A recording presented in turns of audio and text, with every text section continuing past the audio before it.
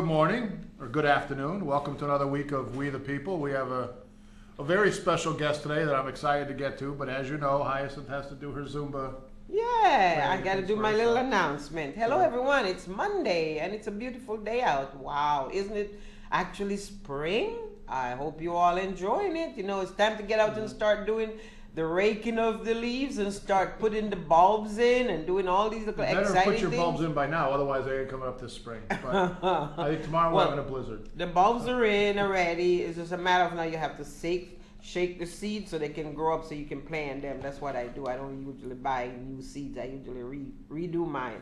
So yeah, so I think it's a really wonderful day out. So again, it's Monday, and at the Senior Wellness Center at 830 Maple Avenue, there's good stuff happening there. Today was Volunteer Appreciation Day, which was very nice. They had pizza and everything there.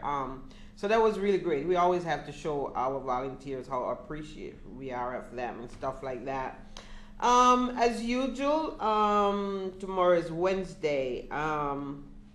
So Wednesday is bingo. And also there's going to be the health center, Charter Oak Health Center and stuff like that, birthdays and stuff. Knitting class going in on Friday. Let's see, Tuesday, tomorrow is Tuesday, there's movie with Roland, and also with nail painting if you want to get your nails done and stuff like that. As usual, we do have the ceramics and all those workout exercises. As a matter of fact, I did my exercise this morning, you know. I'm telling you, you have to go there and start doing some exercise. I went yesterday. Where? I came home from the Yukon parade. I said, it's a good day to take my bicycle out, go for a Oh, quick wow, bike ride. that's great. So I come home, I had a brand new mountain bike I bought last year, but the tires were flat. So I take it out, I get the compressor down in the basement running, I bring the hose up out into the parking lot so I can blow the tires up. Get it going, putting air in, I see the tire getting bigger and bigger. And Hope you didn't overinflate it. I figured I was getting close enough, so I went to try to take the nozzle from the compressor off of the stem, and I'm like, it's not And you covered. broke it off. All of a sudden, I see the edge of the tire just bigger and bigger and bigger. Boom! It sounded like a bomb went off. So now today I have to go get a new tube for the bicycle so I can ride Yeah, it. you can't overinflate it. And I actually felt not depressed, but I felt bad afterwards that I couldn't go for a bike ride because I was looking forward to it. Yeah, well, I had my helmet out and everything. You could Ready go to walking though. I mean, I went walking, but That's this too much morning I exercise. actually did my bicycle workout, which is very good. It's good for your abs and all that. And then we go upstairs and we do some dance stretching and stuff like that. So it's really good. I mean, so come on over. Okay. Judge, if you ever want to come over and do some exercise, that's good too. I said, do I look like I do a lot of exercise? Well, you know what? It keeps you young, fit, and healthy. That's all I have to say. So if you're really interested, come to 830 Maple Avenue. We can show you around and see. Okay. So we have such a beautiful good center. spot to meet people too. Yeah, good spot. Well, it depends on who you want to meet anyway. Well, last week was another good week. You had your NRZ meeting, very Oh, well yeah? attended. We had a little hiccup in the road. When Yeah, the, but that's okay. The It room works wasn't out unlocked, well. but eventually they unlocked it. Yeah, we were willing to go to church. I think a very good presentation by Adam Cloud. Yeah, it was well. Put a lot of things into perspective. I think it's really important. To me, it's very important for the resident to understand what's really going on in the city. And most times they do not know unless you bring these people to your community to tell what's really happening so they can be aware, enlightened about what's really actually happening. Because you're right, most of them do not know what's going on. Well, and not that Adam would come to us and say anything that wasn't true, but he knows you and I dig into this stuff and we know what we're looking at. So he comes and he gives us, your group, the honest, I'm sure he does it to every group he speaks to, but gives you the honest assessment of what's going on, where the bond rating is, what's being done with the budget. So that was a good meeting. Anyway, so again, I want to just mention people, next Monday, the Charter Oak van will be at 830 Maple Avenue. Okay, so you need to go there if you need any help. We also have the well care, stuff like that. And by the way, May, I know it's April, but May 2nd, that's the day we're going to do our community cleanup. Oh. And I'm hoping and keeping my fingers crossed that there won't be any rain. I'm going to be looking for volunteers to come in and help. Hot dogs and hamburgers. Yeah, we'll have a cookout afterwards, and I'm hoping if there's any youngster out there that wants to get involved, I'm putting a call to Trinity to see if I can get some of their kids to come in and help us with that. And I've talked to Maybe somebody we can else. get Trinity's new president there. Well, I bet no. you she would. Yeah, maybe she could send her kids. So we're gonna do some community cleanup, and I gotta say, Kevin, on Friday I took a little walk, just a little bit of walk to show the planning and zoning people what I'm looking at every day and how are they going to address these issues of the enforcement of the laws and the rules that we have. Now, how do you give somebody enforcement doesn't have time to look at. They're all up on Scarborough Street. I know, but they're the wasting South their End, time. Berry Square means nothing. Yeah, okay, but they're wasting their time. They need to get into the real act here. We have to get up every day and look at the dirty place that. How do you give somebody and permission? Some of that you've been complaining about for years. Yeah, and it's always, we don't have the money, we don't have the people, we can't enforce zoning You laws. need to have one person to enforce your zoning. That should be the full-time job of that person, to go around and enforce all those, ordinance that we say we have in books. And what's the sense of putting all these ordinance and books and you never do anything about them anyway? It comes down to a will to do it. It goes down to if you have the will, goes to you'll the find fact a way to of leadership. Who is in charge of making sure that these people are doing their jobs? That is where we are breaking down completely. You just gave me a great segue there. All right. Okay. Let's move into leadership. So anyway, all right then. Well, I suppose that's it for now on the announcement. I will have some more next week. You forgot Friday afternoon happy hour, open bar at the Senior Center. Where is it going to be? At the Senior Center. No, we have breakfast. No, okay. that's going to be at the 24th. We're having breakfast 8:30. Okay, well let's get right into it here. Okay, Kevin. Okay, all right. Okay. It's an interesting season scenario for the mayoral race. Yes, Hartford. we're so excited that we have choices. One of the things with the charter change for strong mayor is that it was supposed to attract more qualified candidates to get into politics and run the city. This year, we're definitely getting that. Yep, I'm very excited about that. We have that. the incumbent, Mayor Segura. Then we've got Luke Bronin, who was an aide to Governor Malloy. John Gale, who's a long-time attorney. And now Friday, and you also have our, what's his name, Cruz. Well, that's Joel another Cruz. issue, working family. Well, he's still a. He raised $4,800. It doesn't matter. He's already He's still spent running. almost $10,000. It doesn't matter. He's still there. But he'd you be can't great. ignore him. He'd be great in the mayor's office because he has the proper mindset for the budget. Well, then that's Spend something. double of what you raise. Then that's something to talk about. But we can't just ignore him. He's a person that we need to also He's a legitimate recognize. candidate. Yes. So, whether I support him or I think he's going anywhere or not. It's not he's up still to a you. candidate. Yeah. Friday, the whole scenario of the mayor's race changed even more for the positive. And we have the reason why he's sitting here with us.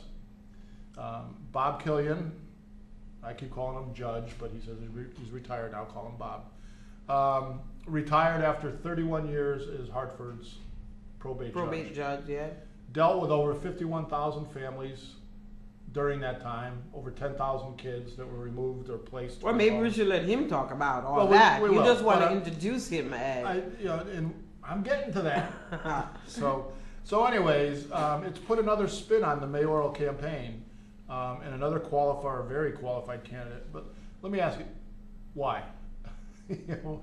Most people would say. Well, hello there, hello there, Bob. How you doing? Terrific. Good to see you this morning. That's the question my wife asks all the time. Why? It's like, why? You had a 30-year career. Most people are looking to retire, slow down, head to Florida Travel. in the winter. And you're looking to take on almost a $50 million deficit of budget. A city that, for all intents and purposes, is somewhat dysfunctional. Yeah, so sinking ship. Why do you think why are you getting into this? Because there's a $50 million deficit and the city is dysfunctional. And unless something changes, we're going to be the next Detroit. Unless somebody change it, we're going to be, of course. So I've lived here all my life, a third generation, born and bred in Hartford, except for my time in college and law school. Hartford's in trouble. Yes, it is. And it's not going to get out of trouble with the mindset of the people who are running City Hall right now. Not just the mayor, but his colleagues on the city council, most of whom have gone along with everything that the mayor's talking about doing. They're not bad people. They don't want bad things for Hartford. but I don't think they understand what Hartford is and what it has to do to turn itself around. We're not going to turn ourselves around without a lot of help from the state. We're not going to turn ourselves around unless we decide that when we do get money, we're going to be careful and thoughtful stewards of the money that comes into the city coffers. You know, we're going to have a baseball stadium, and we're going to pay for it for the next 26 years, and it's going to cost us several $1 million a year. Some people think as high as $5 million a year to support it, and it's not going to generate any taxes. We can't do that sort of thing. They tell me that the idea is to get development north of I-84 in downtown Hartford. Don't know. And there's nothing wrong with development, but if we do it with our money, we turn an asset, the land, into a liability, a $60 million bond debt. And that's not the way we're going to get out of the mess that we're in. They tell me that the purpose is to attract new, young, bright, able people to downtown Hartford, and I salute that idea. That's what we did when we talked about converting or assisting in the conversion of commercial office buildings that were empty into housing that sounds to me is going to be filled up in the not too distant future as these apartments come online. There's a buzz about that, and that's good. Once they fill up, we create a market for private dollars to come in and build apartments north of I-84. We won't have the land to build them on anymore. No, because it'll be all a baseball field. Be a baseball field. field. Concrete, yeah. So someone's got to say enough. Someone's got to say, look, Hartford, there's 125,000 people who live here. We will welcome with open arms 2,000 or 3,000 new people to downtown Hartford, but not at the expense and not with the investment from the 125,000 who already live here by choice or necessity. So I drive around. I've lived in Hartford all my life. I've lived in Sisson Avenue, Montague Street, Beacon Street. Now I live on Bloomfield Avenue. So I've lived in virtually every part of the city. And I have never seen as many problems in the neighborhoods as I see right now. Yep. And it runs the gamut. It's like it's like the neighborhoods are forgotten. You know, there's so much focus in downtown, and there's no reason why a government cannot focus on a downtown, but focus on your neighborhood, because your neighborhood is your hub of your city. And when you lose that, when everybody's thinking, well, they don't care about us, they're not doing anything for us. I mean, we didn't ask for this big $60 million or more baseball field. I can understand if we're even given the opportunity to go to the election booth and say, yes, we want this thing, but we were ignored. We are not being listened to. Well, I don't think it ever would have made it to a referendum. That's the whole reason it never went to one, and they found every reason with the stadium authority and everything else to avoid giving us the opportunity to vote. That is not good government. When you don't listen to us, we put you there. It's not what a democracy is all They about. went further. They didn't even tell us what they were doing. Exactly. It was done in the dark of night. Secret. And government that isn't transparent is bad government. Bad government. Even if they do good all things. the way around. All the way around. Do you think city government and City Hall has lost sight of the plight of a lot of people that live in our neighborhoods? Yes. As to what the residents face day in and day out? I think they're panicking. I think that they are scrambling for an answer. And when people scramble for an answer, they engage in what I call magical thinking. They come up with ideas that they think are going to address the problem, but they don't really totally understand the problem. Yeah. The single biggest problem in Hartford is something we don't have a lot of control on, and that's the fact that the state of Connecticut says the only way, significant way we can raise money is through the property tax. Right. And in Hartford, we have Look at the property about tax. 17 square miles of land, some more river land that we don't build much on, and we talk about half of that being off the tax rolls because it's parkland, it's hospitals, it's churches, government buildings, and schools. So we're talking about 8.5 miles of land that have to support a city of 125 million. With so much demand. and with demand that exceeds what any other municipality in Connecticut has, and you just can't do it. So But there's a lot of things we can do, but you can't support the city of Hartford just on that 8.5 miles. But do you think we're taken seriously when we go to the Capitol and ask for help because of the way we've spent their help in the past? I don't think the people at the Capitol think we're good stewards of the money they give us. And that's going to be all the clearer in the next couple of months when we see what could be a very disastrous situation develop with our unfunded bond, our pension commitment. And that's serious business. We have a contract with our employees. The contract says you work long enough, you get a pension, and our job is to make sure when you get that pension, the money's there. It's there. And I gotta tell you, and I've gotta tell them, because I'm not gonna lie to anybody, I wanna change some of that pension. I wanna change some of the ways those pensions are funded, not funded, but paid in for future employees. And when you hear that clapping, that means Trish likes what you're saying. Trish. But also, right on, Trish. But also looking at how we're giving away the city, we have to be smart enough not to give away the city when we do a contract, so we can live up to it. Absolutely. I mean, our contracts are more generous, not so much in terms of the dollar amount as they are in when you can collect, what you can do. I want to see a change. I want to see one change right away. I'd like to see a change in how we pay pensions to elected and appointed senior officials. Currently, we have a pension that says that you work for us for so many years and you get, based on the years of service, a guaranteed return, a fixed amount from the city every month. I want to change that. I'd like to see, for these one category of people, I'd like to see a 401k type pension, where the city puts a fixed contribution And you in, put too. and you can match it, or you can even exceed it, and it goes in, it has all the protections of a pension, it's not reachable in bankruptcy. When you leave the city, you take it with you, you go someplace else, but the city has no more obligation to you. It would do two things. It will cost less in the long run. That's a good idea, excellent. But more importantly, it won't encourage people to stay and hang on to their senior jobs as long as they possibly can, and then when they're near the end of their elected time, to switch over to a civil service job and get credit toward a pension based on the new salary for all the work they did before. Yeah. But even like for the council, and it's a very small part of our obligation, but council people, I think, get a pension after 6 years. 6 years. That's unheard of, for a part-time job. A guaranteed health benefit. For life. For life. Yeah. For them and their spouse, I believe. Isn't that? That's What other place do something like this? leadership is saying that I'm going to take the first step to lead. And part of the leadership here, because we're going to have to ask other people to consider some give backs on pensions.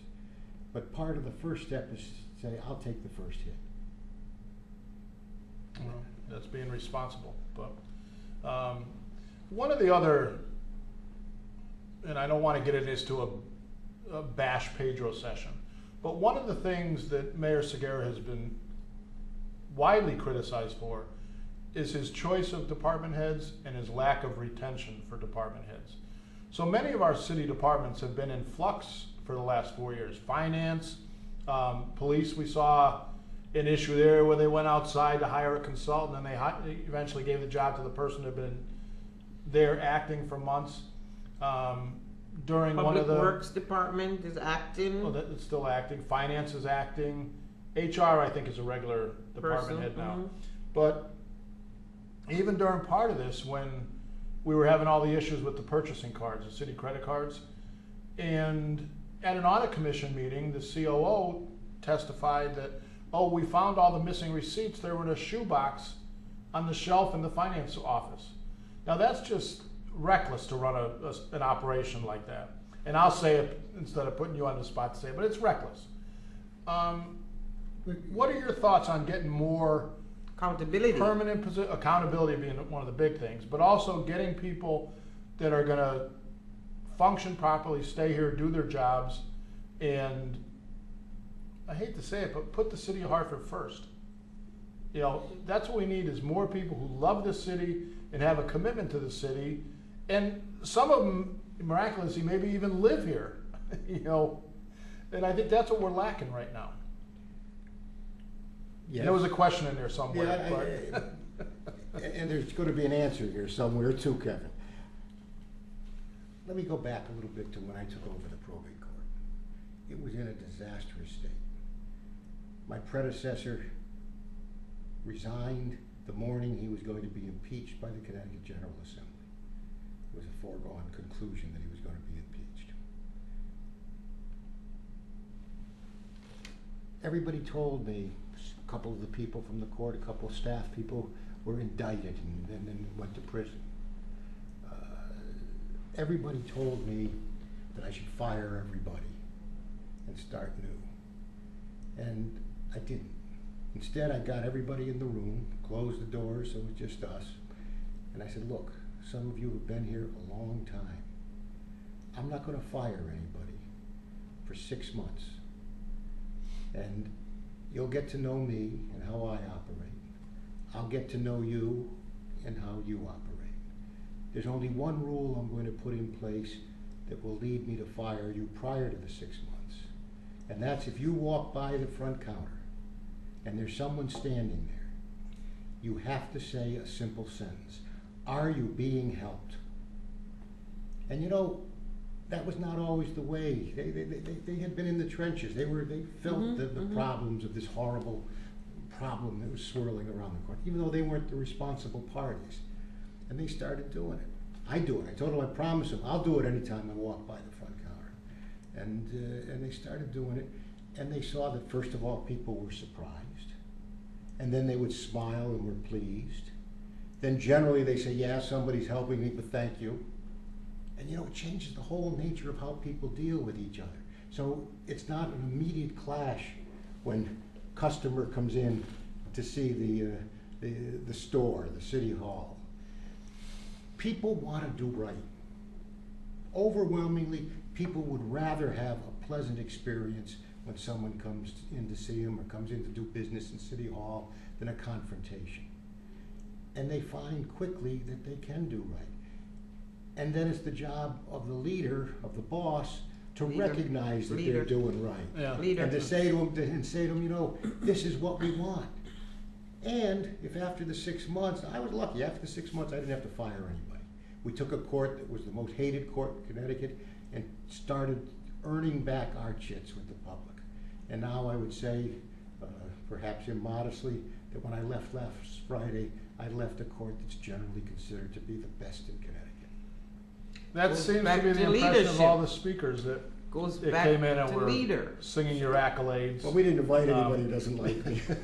Well, there were a couple there. Yeah. The probate court administrator seemed like he had his issues with you at times.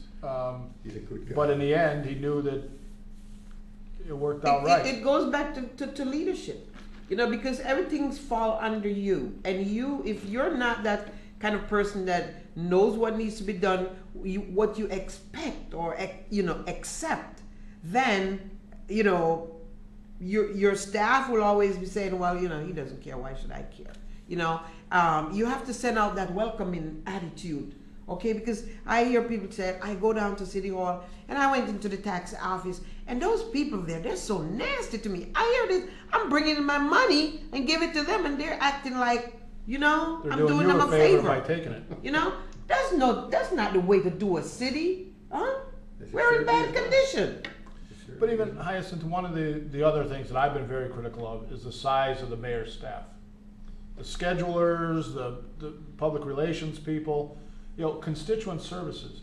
Do we really need all these people in constituent services when if you get each department doing their job, that's constituent services right there. Not having a separate staff in the mayor's office to make sure you're answering your phone. Goes back again to say, if it's your money, you're going to spend it right. If it's not yours, oh yeah, I don't care. I can just hire whoever I want.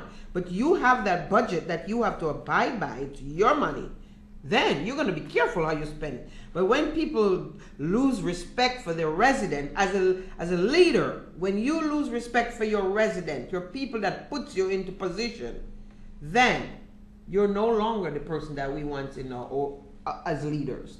Okay? And just to refine that, public relations has no role in a governmental office.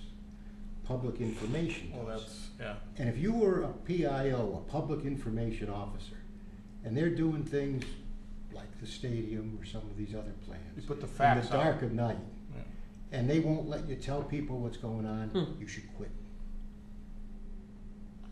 Yeah. Well, I'm not very good at putting public information out.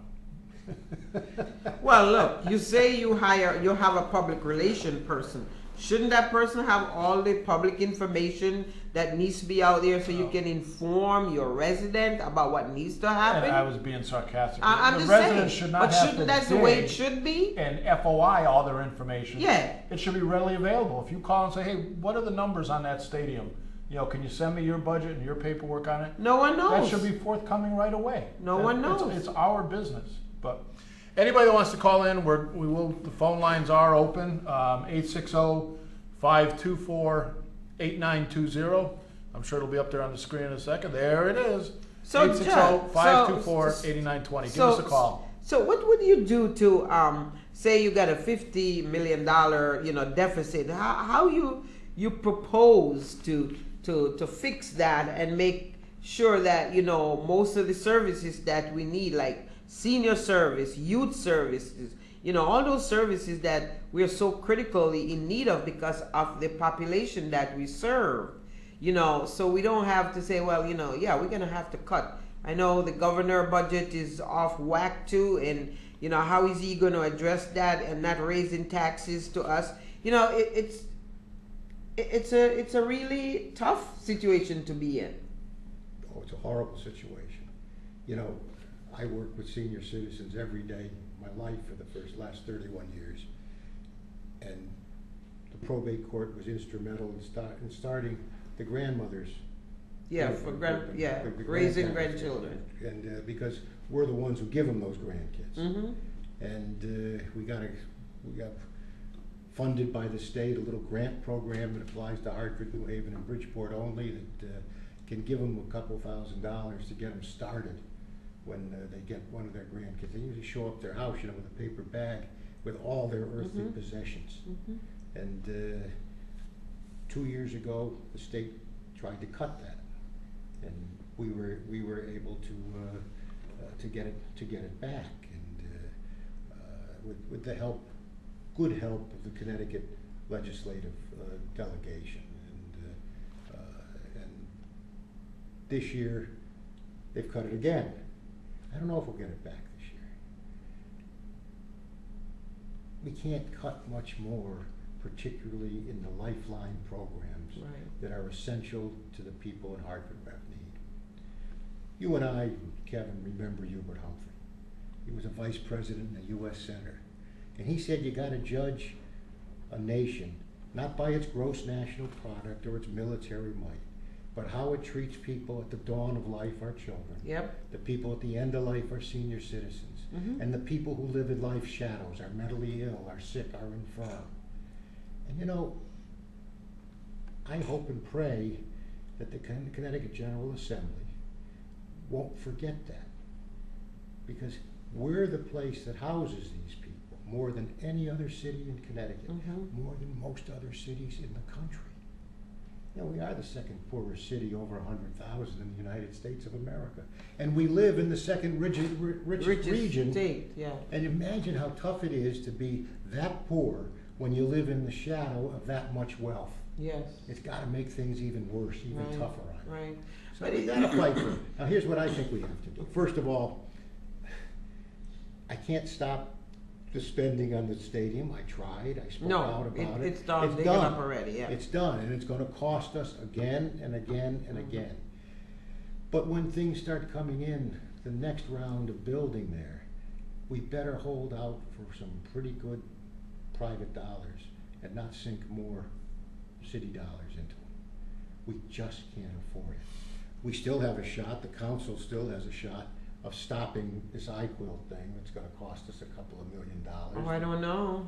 That seems like it's going forward. It seems like it's going. Yeah. They have a shot to stop it. And sometimes, campaigns have a benefit, even if the Big Mouth doesn't win because it points out, or even bloggers have a benefit, even if people don't like them all the time, because it points out some problems and they figure sometimes that, well, maybe we are going too far.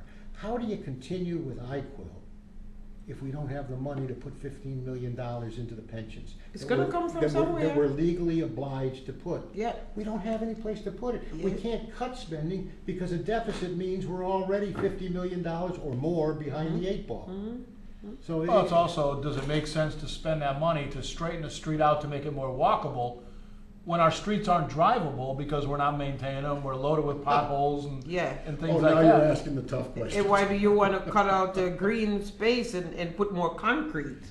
You know? Something and else. Walk where? They Yeah. have the Hartford Current, great newspaper, you know, important corporate citizen in our town, says, imagine the pleasure of being able to walk from the Carousel to the Wadsworth Athenaeum.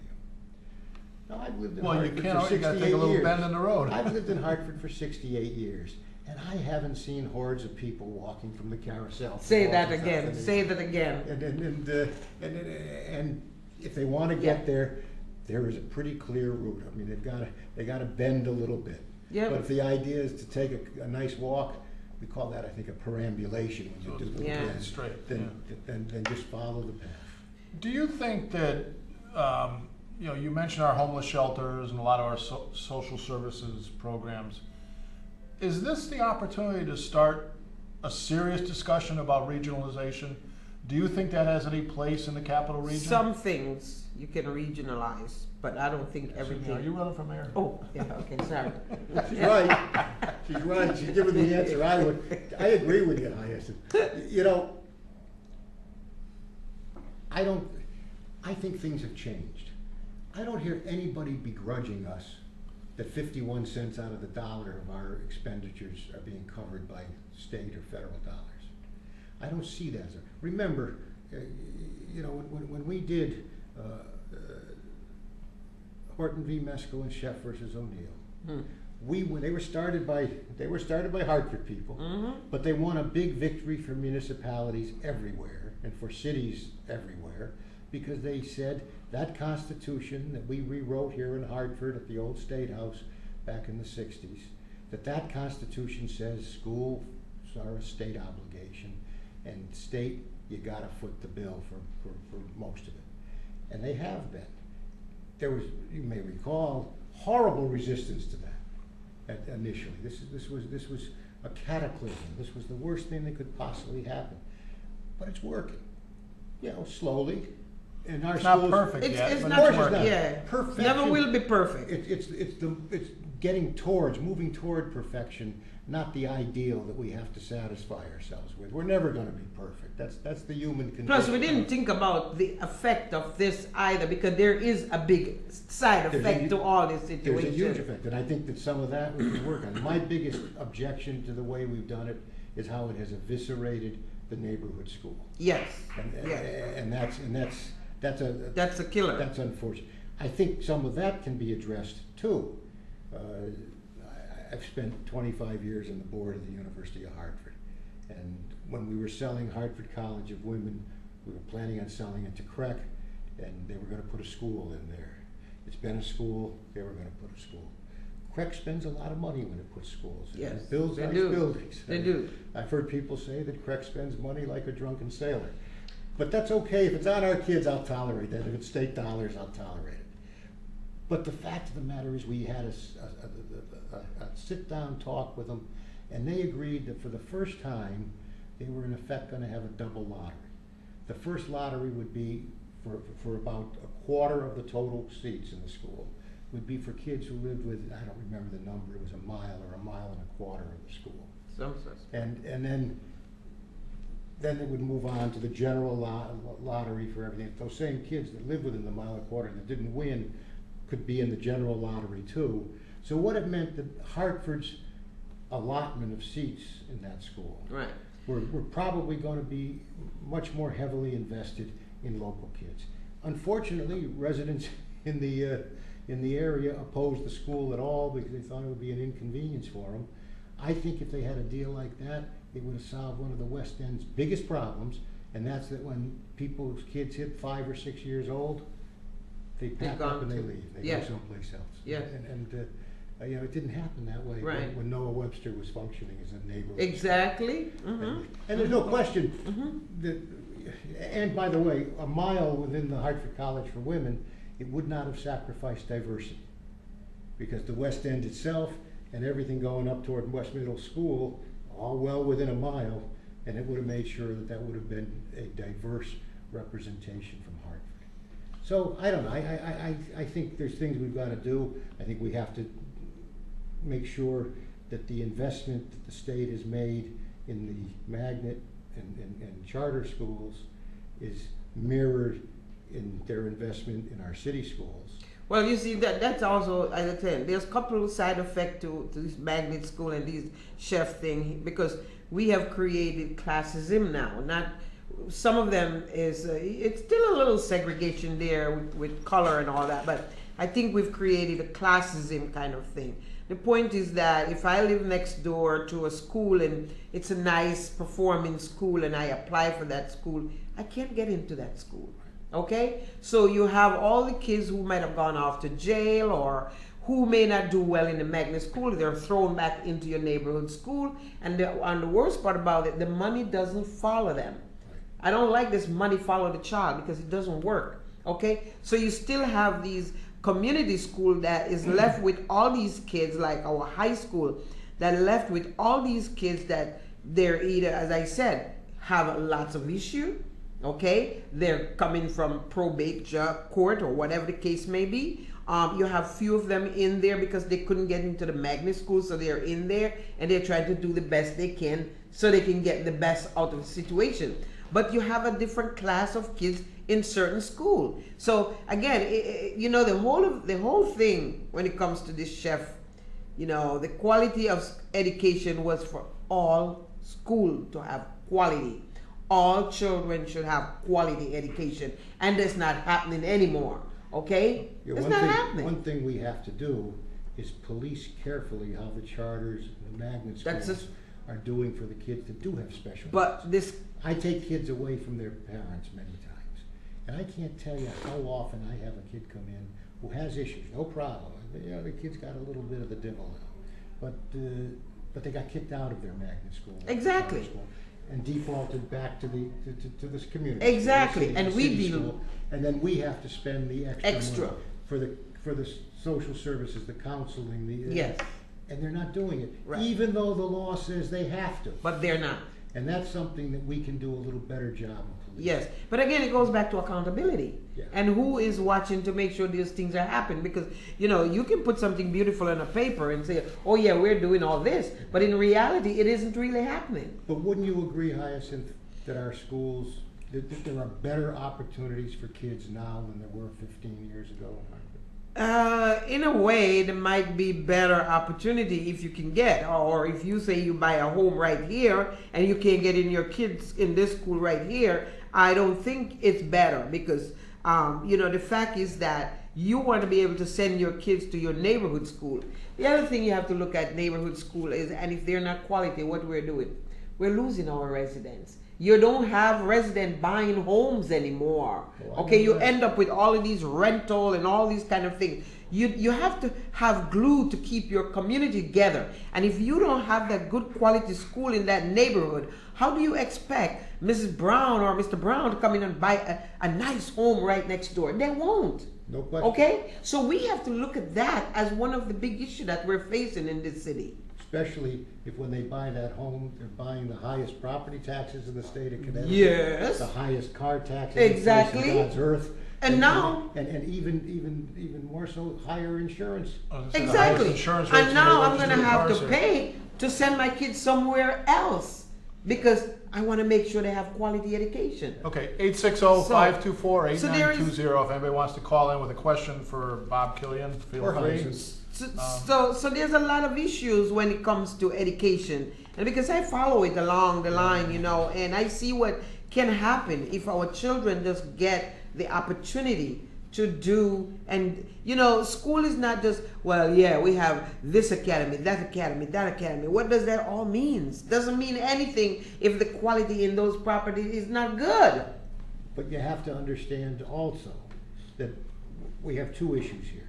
One is a funding issue, one is a diversity issue. And in part, the way we achieved a solution to the funding problem, or a start on a solution, is by saying that our kids are a commodity that we will loan to the suburbs to help them with their diversity problem. Yeah, so now, right? So now they don't have to worry about Yeah. about our families coming in and living there. What we're going to do is lend Well, them they our come, kids. they come and we send them. They go back out. No, we don't really They care go about back that. before the sun sets. Yes. So that's Horton v. Meskel and Chef versus O'Neill. They have two different issues. Same animal, but we're carving it up two different ways. And so that it's that second part of it, the diversity issue, that has meant that we got school buses running all over the damn place. And that's another big issue. Okay, but the point is that, you know, I know, you know, people come in and talk about how we raised the graduation rate and all those kind of things.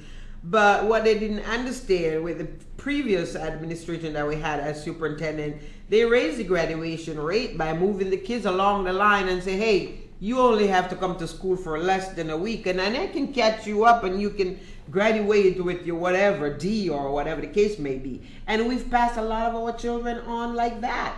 That's how our graduation rate went up. It wasn't because we graduate them to go off to a competent or good college that they come back to the city of Hartford and they're going to make their lives here and pay taxes and all that kind of thing. No, it didn't happen that way. Well, I think you also threw in all the results from the magnet schools, which naturally raised your averages up of graduation rates. Yes.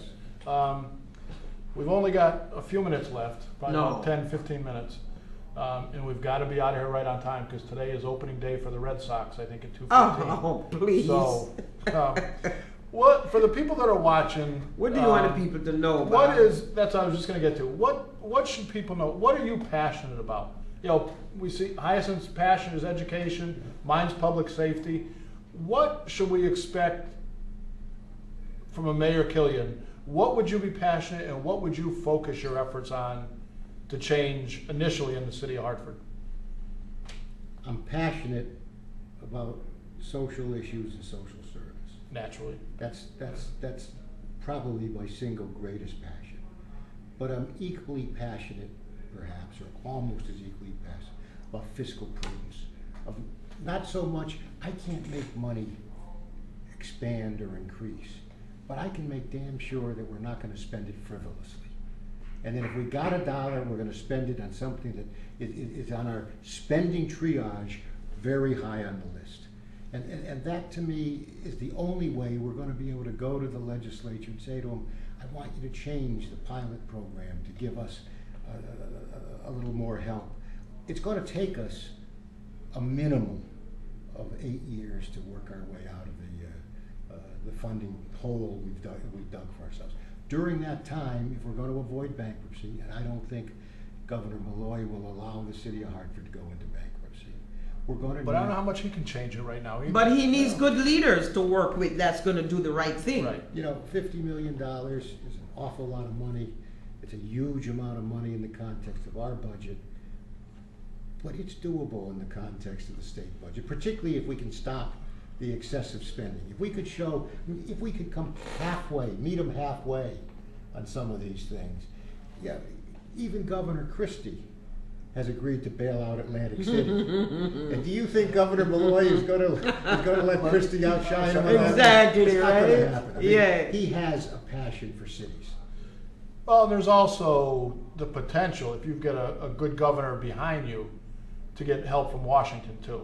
Yeah. There's money that can be found even for our police department, things like that. They're happy to say that we're getting help for our I-quilt from Washington. But you know, I would have rather gone to Washington to get help for our levees and dikes and the pumps that are falling into disrepair. You can rent boats downtown eventually when the water starts coming up. You ever notice the back of City Hall? There's the plaque that shows the high water mark of the 1938 I think flood. I saw that years ago back there, yeah. Just make sure we get our boats ready. Yeah. Thank God the mayor's office is on the second floor. Well, Well, I suppose there was some funding allocated for that to get moving along. The funding of the dikes and the flood control system has been an issue, and there's been a lot of allegations of misuse and poor use, things like that. But this is the problem with the city. We never really get the complete answers to stuff like this, and that's where I think we need to throw the doors of City Hall. Yeah, but the other thing is, Kevin, what we need to understand is that when you don't have a government that listen to their people or think, well, I'm in this big candy store where I can just spend away. I mean, there's money allocated for certain project, and you have to make sure that money goes for that project. You can't just keep spending, and when the time comes to do that project, you don't have that money. That's not good government, I know you always have to borrow. That's how they got all the money to do the preliminary planning for the baseball stadium. I forget where, I got calls on that of where that money came from, but it was out of different pots than where it was supposed to come from. It was unused funds for other projects, which, also could have been used to pay down the bonds on those other projects. It's like we've had money, federal money that was appropriated to the city as far back as 2011 for hiring police officers. Yes. It hasn't been used yet. Yeah, and where's that money? And we are losing our police officers. Is we it need used more to balance trains. our budget? Is that why it's not there to hire cops? Are we using this money for our roads and streets and things to plug a hole somewhere else because nobody's going to notice, and maybe we'll have it back by the time it comes right? And necessary? I suppose in sometimes you may have to do some of those things, but when it's become a habit and a day-to-day business, I think that's wrong, and that's not the way you run business. But we talk about our police department. Look at what's going on. We're losing this, we're losing this, we're losing that, and we're asking, well, look at what's going on in our neighborhood with the crime rising and all those kind of things. The fire department, look at that. All of a sudden, because they stopped this training in the community, all of a sudden all these fire popping up because there's no education for fire anymore. And is it time for a leader of the fire department to say, every day I've got, 180, 200 firefighters waiting for the bell to ring? Could they maybe be out checking buildings, walking through apartment buildings, doing inspections? Is that something, as the chief of the fire department, could I use my resources a little more efficiently than what I am right now? Again, that goes back to union contract, and that's why I'm saying you need smart people. Who runs this city, the mayor or the union? But that's what I'm saying. When you have union contract, you have to have smart people sitting around the table, making sure they're not giving away the city, making sure that people are actually doing their jobs. But do we have to go to the unions and beg to get our money's worth? As I said, it depends on what you give away in that We're not asking them to contract. go out there and do anything dangerous or illegal. We're asking them to, I would think the basic role of a firefighter is also inspection and prevention. So we're asking you to go out and prevent during the day and inspect these buildings. Are rear stairwells, are the doors blocked, are they nailed shut, things like that. When I was a kid, the firemen came to your house every year. When I first moved back to Hartford, they did. Yeah. I was in my yard one day and a fire engine pulls up and says, "Oh, we're out doing neighborhood inspections. Can we walk through your building?" That's of the "Sure." past. That's of the past because everything Well, now why is should it be? overtime, or we don't have the money for overtime. Those are the things that's happening, and that's why I'm saying we need a strong leader that can look at all the things that's happening and how we can do it better, and not spending more than what we're actually getting. But for what we look actually at get. the efficiency of it. When they were doing these inspections 15 or 20 years ago, technology, radios weren't it's not what it is now. Now every firefighter has a radio, or every officer on an engine has a radio where they can be dispatched to a fire from anywhere in the city. Where back then, they had to send the signal to the firehouse, they had to leave from the firehouse to get to the fire. So our technology has changed, which means it should be even more possible to get them out on the streets instead of sitting in the firehouse. Yeah. And I'm not saying it as a slam against firefighters. When they work very hard.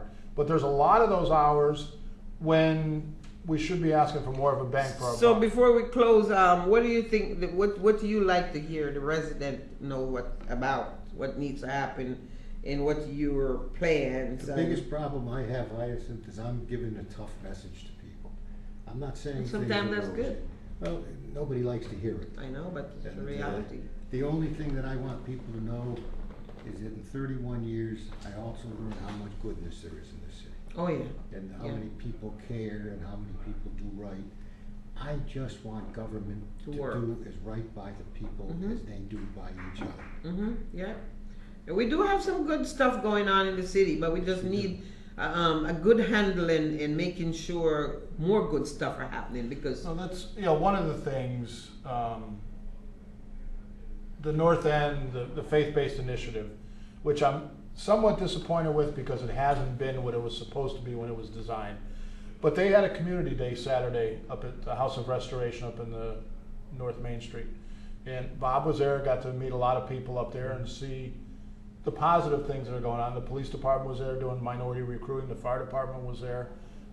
You actually got to meet Chief Ravella and his wife, and they met you and your wife. And I thought that was a very good conversation.